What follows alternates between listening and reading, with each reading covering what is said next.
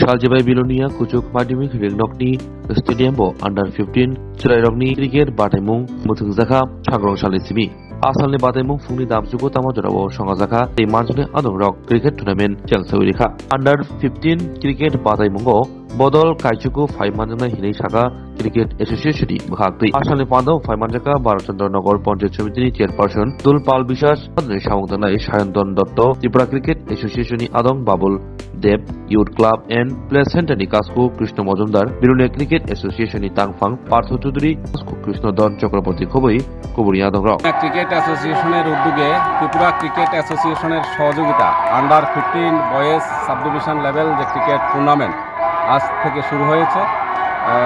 পঞ্চায়েত সমিতির চেয়ারপারসন পুতুল পাল বিশ্বাস মহোদয় এখানে উদ্বোধন করেছেন। আরও অন্যান্য অতিথিরা ছিলেন, বিশিষ্ট সমাজসেবক সায়ন্তন দত্ত, গৌতম সরকার সহ এই অঞ্চলের সুকান্তনগর গ্রাম পঞ্চায়েতের প্রধান উপস্থিত ছিলেন।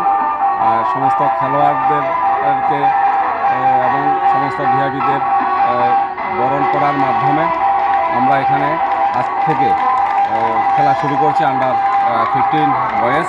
আমি সকলের কাছে প্রার্থনা রাখি যে গত দিনগুলোতে যেভাবে সুন্দরভাবে সুশৃঙ্খলভাবে আন্ডার 13 শুরু থেকে সমাপ্তি হয়েছে, আন্ডার 15 শুরু থেকে যাতে সমাপ্তি হয়। কয়টা দল অংশগ্রহণ করছে? 9টা দল অংশগ্রহণ করেছে।